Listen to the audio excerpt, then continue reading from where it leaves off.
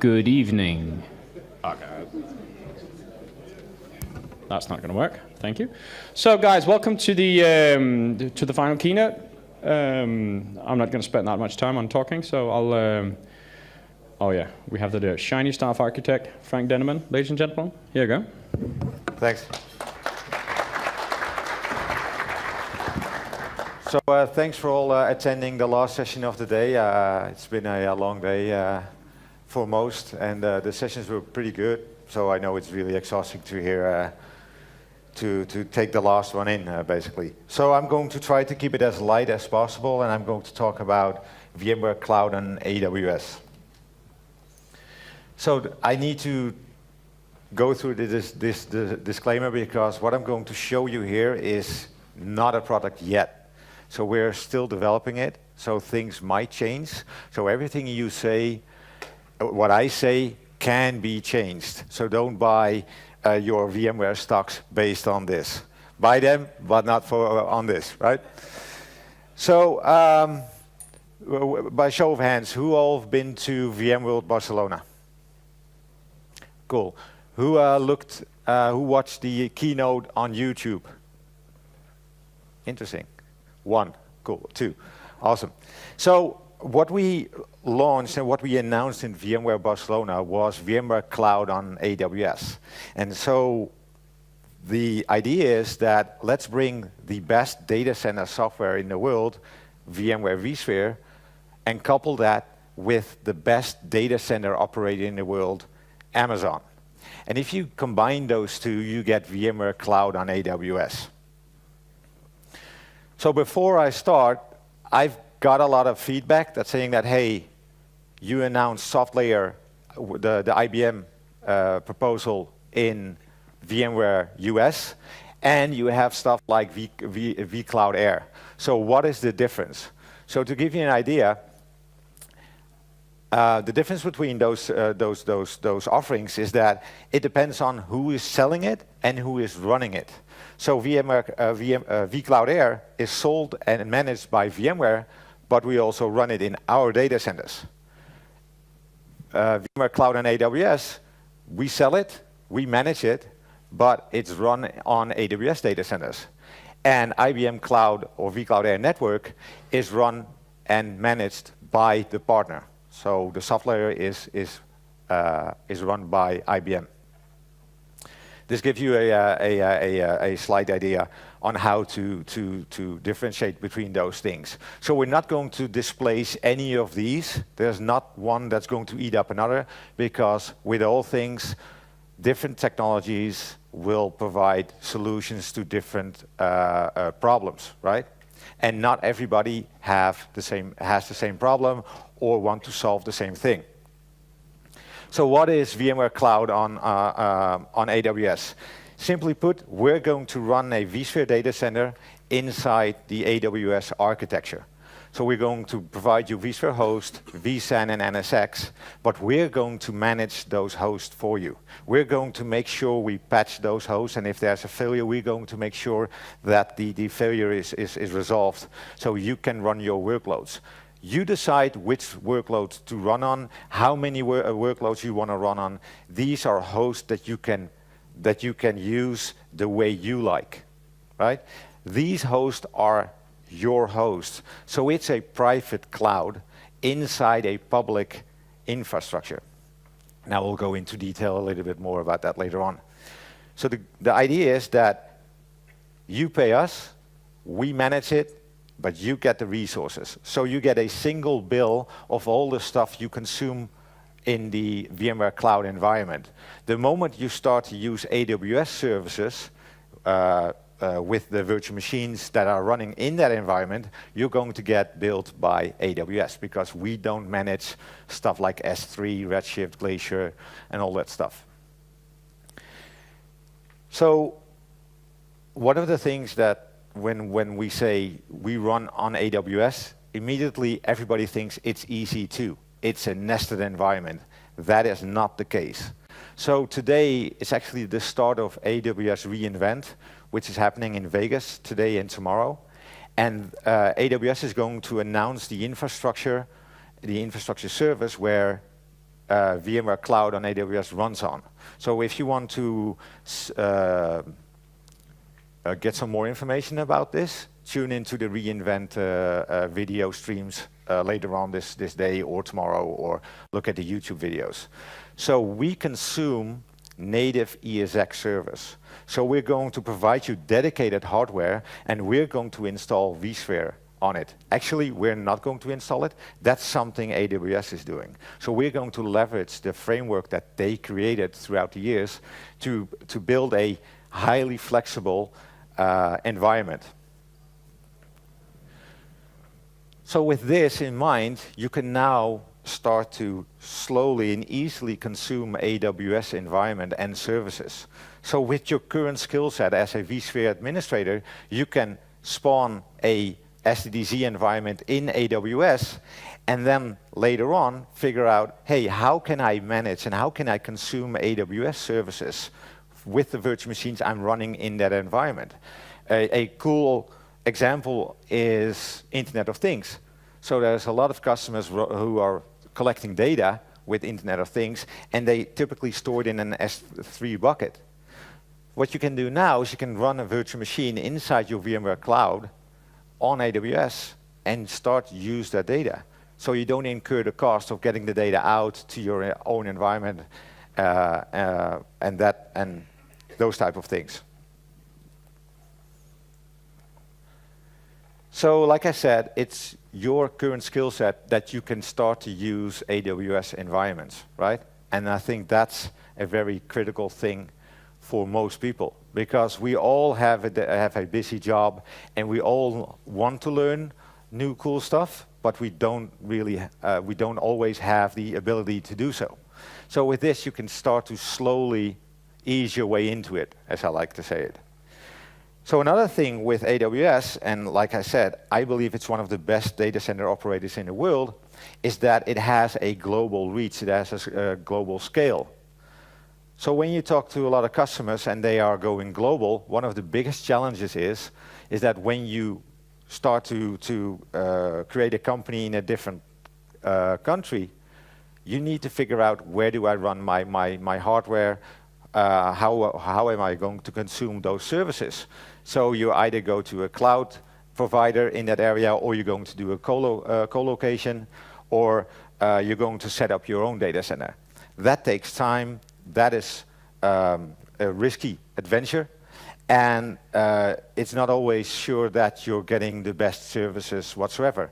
Now with this solution, you just log on to the website and you click through the UI, and within no time you get a data center. So for example, we've got 3 data centers in the US, 2 in the US, 1 in Europe, and we start a company in Sydney. So just by logging into the VMware Cloud and AWS portal, you can select the data center in Sydney and basically erect a data center. Just run the SDDC environment on it. Within no time it's set up, and you can start to deploy the virtual machines right there. So we provide different abilities to consume it. You can do a standalone cloud deployment. That means you're going to go to the website and just run an SDDC environment in any data center from AWS. Or you can say, I want to create a hybrid environment where I connect my own data center to the data center that runs on AWS, the hybrid VMware Cloud. Or if you're really adventurous, you can say, I will start doing cloud to cloud. I will start to erect cloud environments around the globe based on Amazon environments. And we allow you to connect those two, or those multiple cloud environments to each other. So one of the things that I really want to emphasize is that you're going to use vCenter to control this thing. We're not going to use a vCloud director, or we're not going to use a new tool. It's just plain vCenter. So like I said, with your current skill set, you can just start to consume this thing. And by using vCenter, you can now create a single pane of glass. With enhanced link mode, we will allow you to connect multiple vCenters and manage it as one as one environment. What we're going to do is we're going to set up a vCenter in the vCloud on AWS environment, and we're going to require you to run your own vCenter in your own data center if you run a hybrid environment. You can connect those two, and you can start to use stuff like XVMotion to migrate virtual machines from one vCenter to the other, from one environment to the other. Another cool thing with vCenter is that you can run your existing tools on it. So if you have vRealize, you can just connect it to the environment, to the vCenter that runs on AWS, and you will have the control you already had with vRealize. Now the cool part is, we talked to the guys that develop vRealize, and they are developing a specialized dashboards for the environment for AWS. I think, and now we're coming into the part that I think is the coolest of the entire product. That's called elastic cluster functionality. So one of the biggest problems with data centers is actually to figure out how many resources you currently consume, how many resources you're going to consume, and how it will interact with maintenance and availability requirements. That's one of the toughest challenges we face. If you couple that with the lead time of racking and stacking a new host, that's basically the biggest headaches for most of the data center administrators around the world. Now with AWS, and especially with the EC2 framework, we can now start to make magic happen.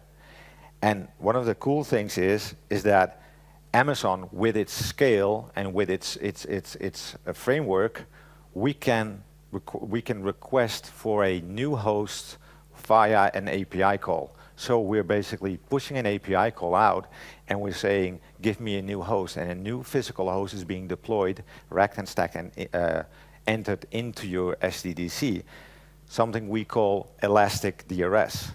So this is a screenshot of an environment that runs on VMware Cloud and AWS.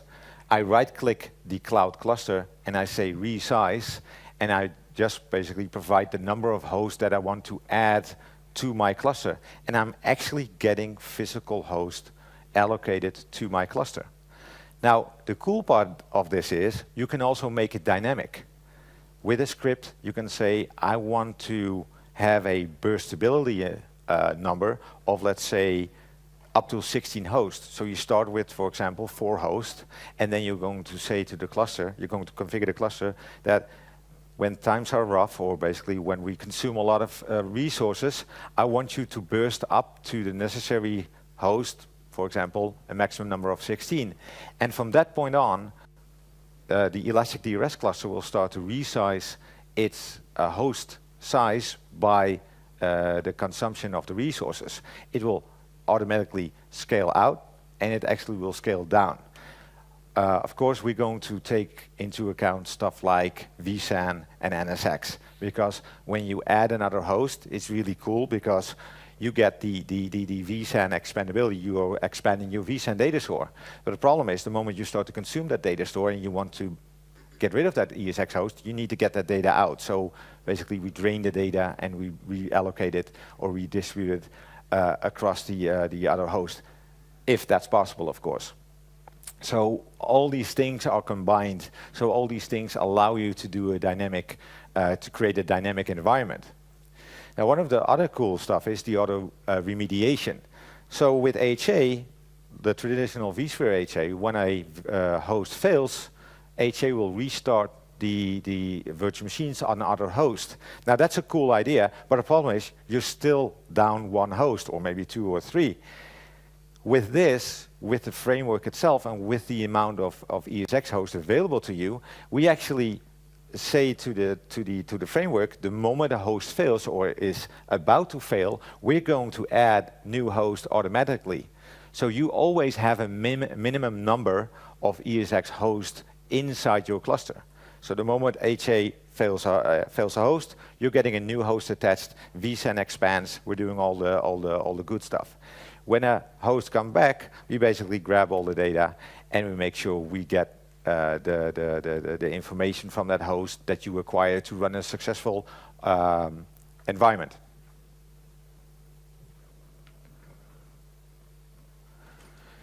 Same thing applies to maintenance mode. One of the biggest challenges is how many hosts must I put into maintenance mode without making my VMs noisy neighbors to each other. The moment you start to put a host in maintenance mode, you're actually reducing the amount of available resources to the cluster. With this, you basically, this is something we do as VMware. We make sure that we patch your host, so we make sure that you get the resources you need to have in your environment.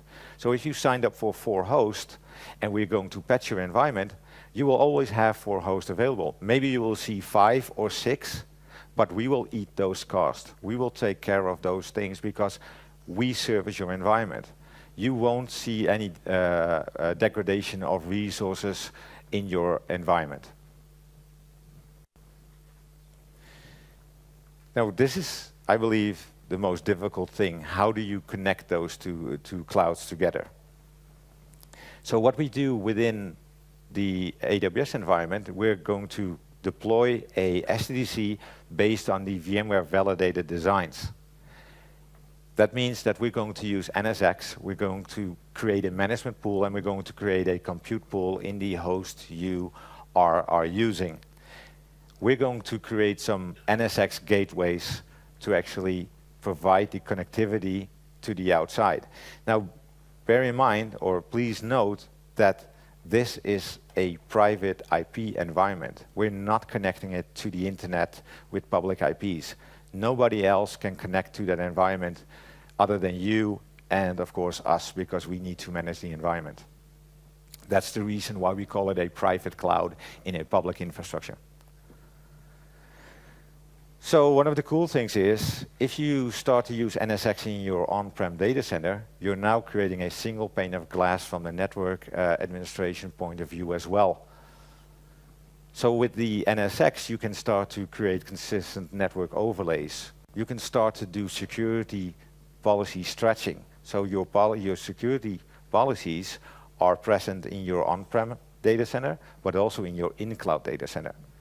And it allows you to seamlessly start to move virtual machines around from your on-prem to your in-cloud, but also from your in-cloud to your on-prem. So you're not stuck with your VMs. You can just vMotions from left to right. So do you need NSX? NSX is present on the in-cloud environment, but you don't need to have NSX in your data center itself. You can connect to the AWS environment via an IPsec VPN. But what we also can do is we can give you a NSX Edge, an appliance, just for the connectivity. So you don't have to deploy the full product suite of NSX. You will just get that NSX appliance. And of course, you can start to use NSX, the full suite. Now, another cool thing is, we can also use and leverage AWS Direct Connect. So by show of hands, how many of you are already customer of AWS? 3. Are you using a Direct Connect? No?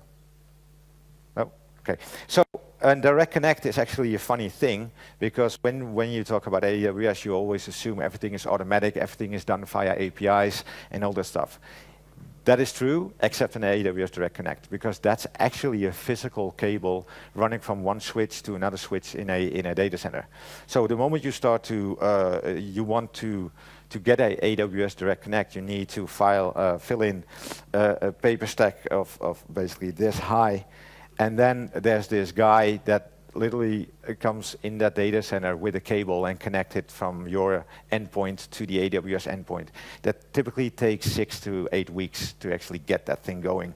But once you have it, it's brilliant, because you can have up to 10 gigs of direct connectivity. So you can finally have an entire fast environment.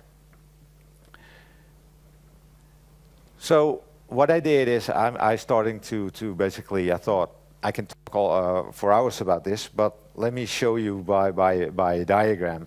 So this on the right side, sorry, for the viewers on the left side, this is your on-prem data center, and we're going to deploy a NSX appliance.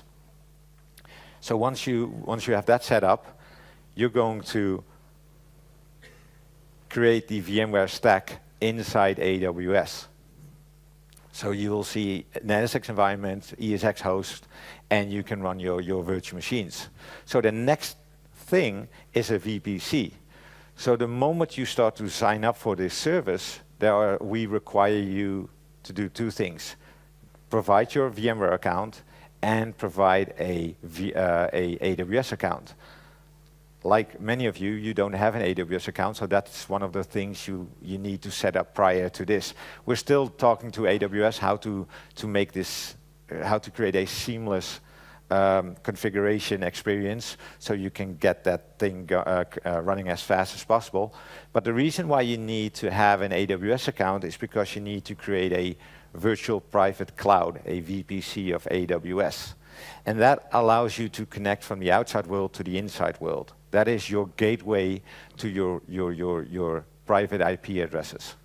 So once you have set up, once AWS sets this up for you, and that's basically done with a few clicks, you can now start to think about connecting your on-prem to your in-cloud environment. And basically, I'm using the direct connect option in this. You start to connect. The next thing you need to do is connect it to your in-cloud. So you're going to configure your VPC, and you're going to create a VMware Cloud endpoint. Now, from this point on, you have a connection from your on-prem to your in-cloud data center. And that allows you to start to explore the magic world of AWS and all the other things. So this is basically the total package, what you can see. And I just used 3 services, Lambda, CloudFront, and S3, but you can also think about Redshift, the data warehouse system, Glacier, the way to back up and store data for longer terms. And, well, look at the AWS catalog, it's insane. So to give you an example, you can use XVMotion to start migrating virtual machines around, or you can start to store data in S3, or use, for example, like I said, Redshift. So let's see how this works. So basically, I said I want to have this virtual machine vMotioned to the other side. Now, come on, let's go. And here it is. Basically, that's the brilliance of a vMotion. I can basically show you a real demo of vMotioning the environment to AWS, but in general, this just, everybody's done a vMotion, right? Everybody knows it's first vMotion, it's the same thing, right? It may be even just exciting as that, because you're just migrating between 2 data centers, but that's it. Now, another thing is, what you can do is you can start to think about, okay, so I have some of my services, and these services are a little bit outdated, but I still need them. But hey, maybe those, for example, those data warehouse systems, they are up for renewal. vMotion those data warehouse system into your in-cloud environment, and then expose Redshift to that virtual machine, and then start to migrate the data, and you can then basically slowly migrate into a AWS service such as Redshift. So this is basically the presentation, because typically we get a lot of questions. So I reserved some of the time to actually start to answer some of the questions. So, any questions? Wow, this is a first.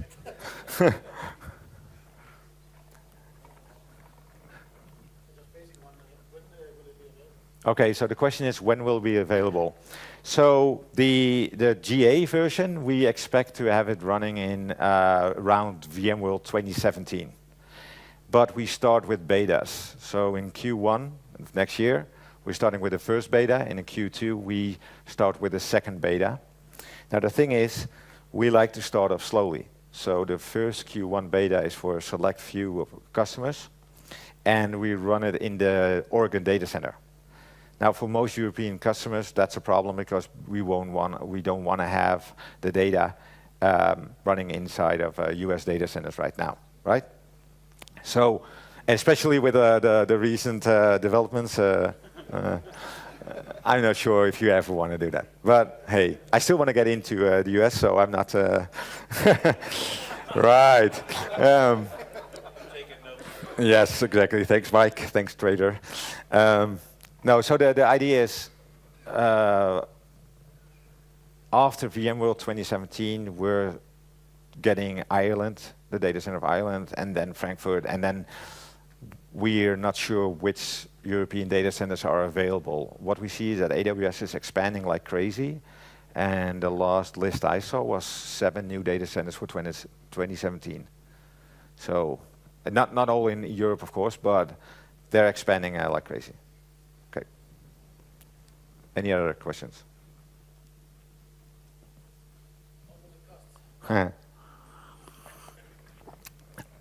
Honestly, I have no idea.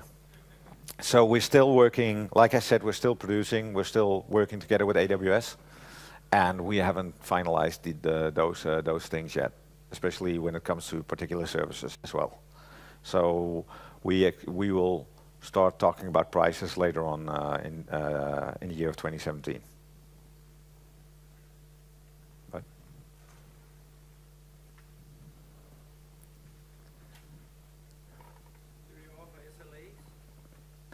We will offer you some SLAs. That's being defined as well. So those are the things that will become available again, roughly in 2017, roughly around the area or the time frame when we're going to push it out for GA. So expect something at VMworld 2017 for this.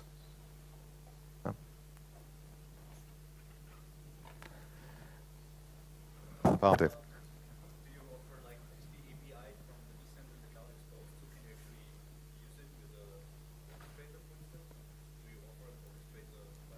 Yes. So so the question is, do you offer any API services to your vCenter or other environments in your cloud? Yes, you are allowed to use some of the APIs. If you're going to touch APIs that is basically done for managing a host, that's something we do. So that's one of the things that we're trying to work on in vSphere, in a vSphere release, rights and particular services. So we don't want you to shut down the ESX host, right? We don't want to drive all the way up to Oregon to to power it on again. Yeah.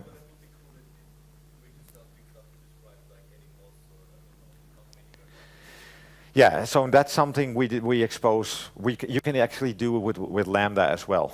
So you can use AWS Lambda to manage and configure some of the Cloud Foundation services, such as the Elastic DRS. That's the stuff where you can start to grow and shrink your cluster size.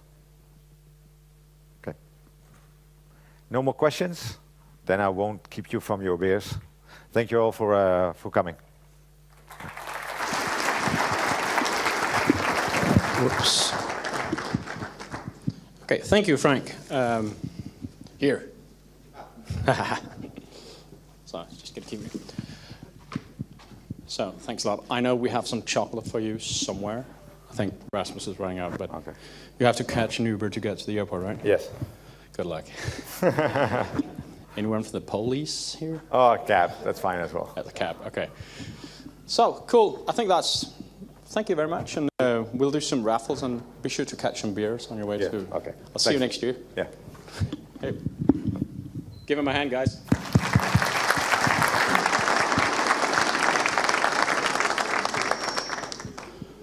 So, this is the absolute last part of it. Maybe that's a clicker, I don't know. So we have a, how do I get the next slide, please? Is that the, Oh, the huge green arrow. Thanks. Cool. We did it again, everyone. This year, we were a bit more than last year. 402 attendees. That's 402 people registering out there. We were almost 500 registered in all.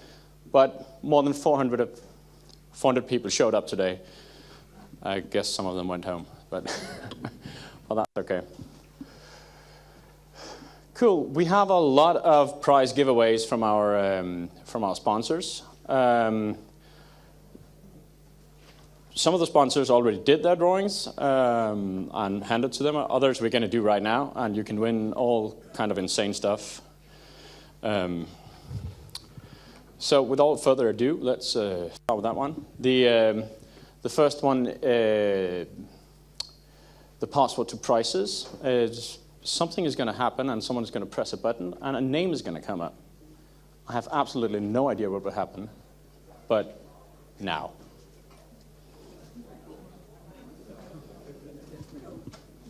So moving on, no.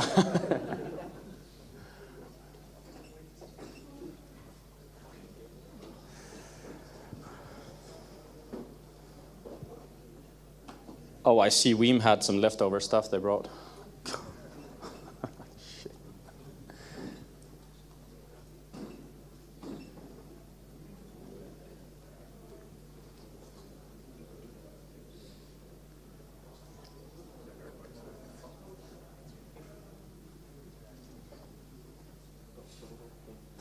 Yeah, exactly.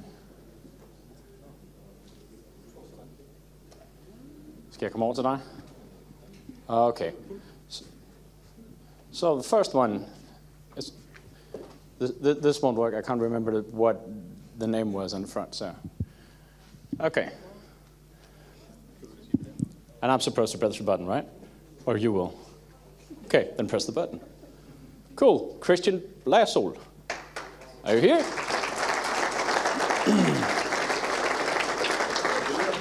Hvad siger du? Michael, tager du billeder? Fedt. Tillykke.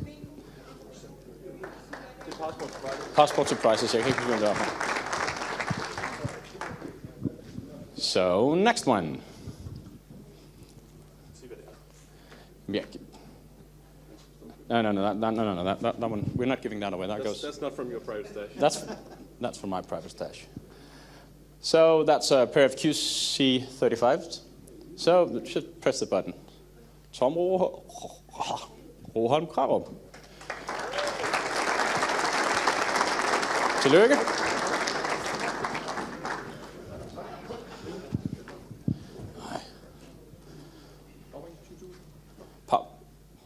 Kan man 20.000 milliamp. A very large power bank. Okay, next one. Patrick Vestberg.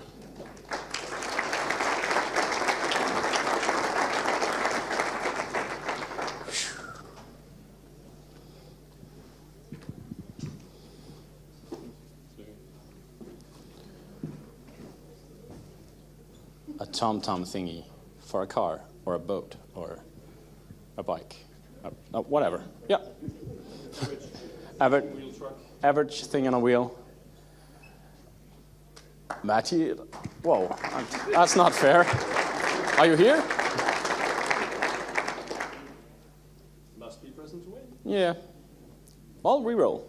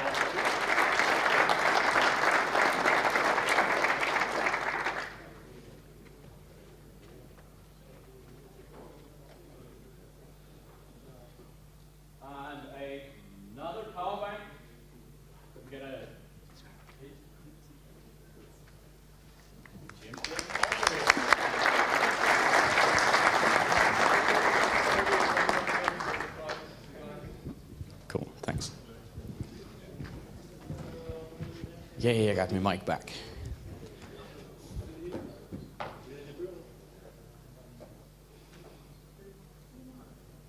Yeah. Okay. So we have a couple of Sandbox, if anyone is running that one.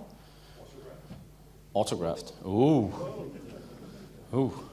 That's Rasmus, did you autograph them? Or? Rasmus? Okay. Reroll. Okay. We won't forget you, Paul. Jesper Sørensen. There we go.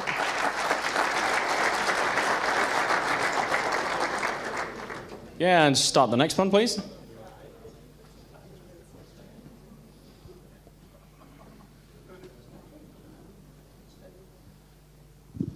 Are you sure you want to be handing me two microphones? This one is also low on battery. Oh, okay.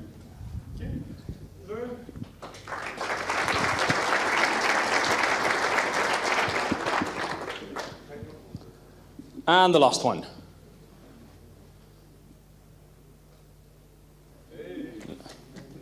Oh, he's still here. Congratulations, Lars.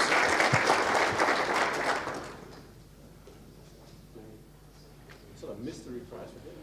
A mystery. A VMware Mankini. We think. Yeah. Torben Søndergaard.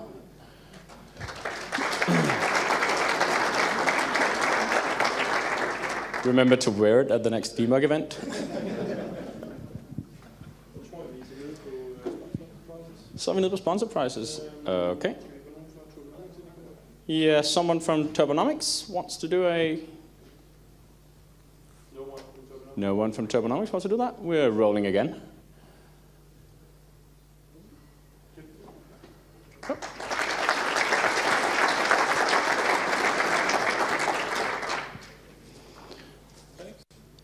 Someone from Nutanix wants to... Nope, then we're just going to press a button. I saw him somewhere here also. Oh, okay. It's scary when you know the name and you know... Oh, that's you. We've done this too much. Rubik? You want the rubric? Yeah. Cool. Henning Hoffman.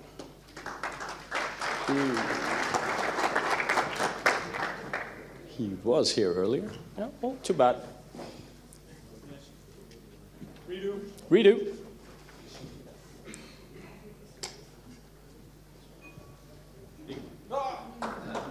No.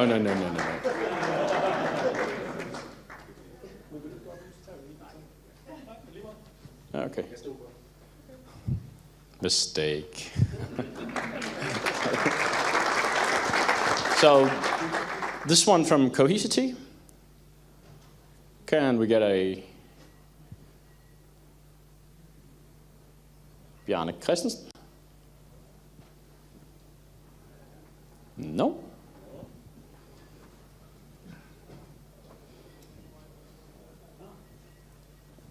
Oh.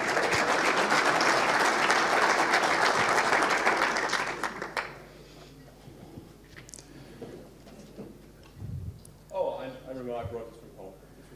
Oh yeah. That's from Tintry.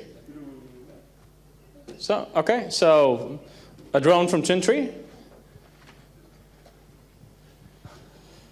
Nice.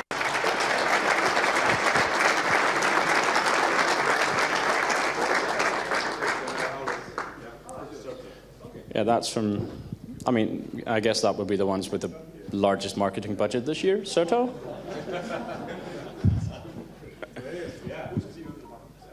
Yeah, it is from Soto, and it's for Otto. He's here somewhere.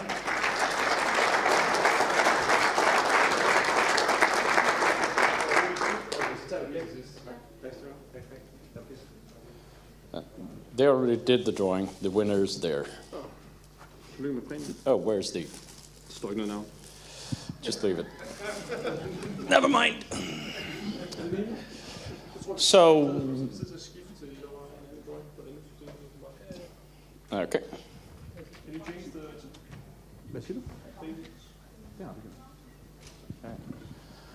So, could you change back to the other presentation? Yes, thank you. So there's one from Wien.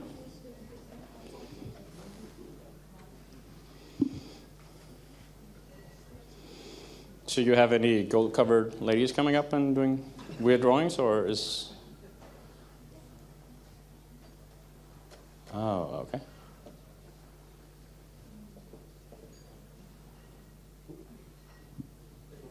It's before.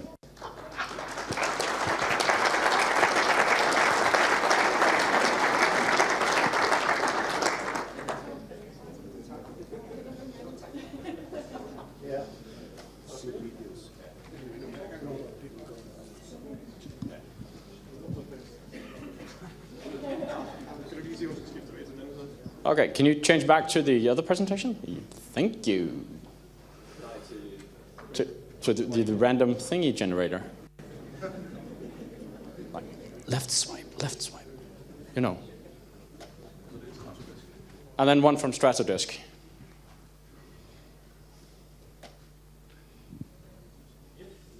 Yes. You're down there in the corner. Cool.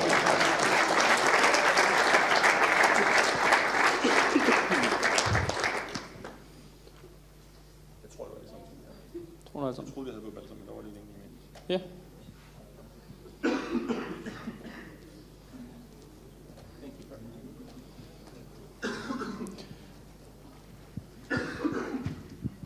Okay, and then back to the presentation, please. Cool.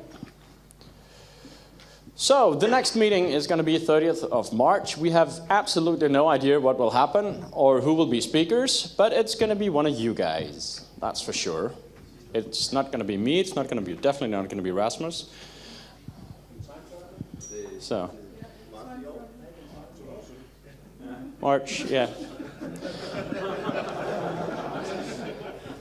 Exactly, it's not going to be any of us. No, yeah. This is what happens when you last minute change your closing presentation from last year. Then stuff like that happens. So of course it's going to be this next year. Okay. See you people reading the slides. Yeah, yeah, that's nice. So basically, if any of you would like to do a presentation on whatever subject, VMware related, please, then put your hand up, come out, reach out to one of us. If you need help doing your presentation, reach out to one of us. We'll assist and guide and help and coach and whatever. Reach out to Frank. He'll be happy to help you guys. Right, Frank? Cool.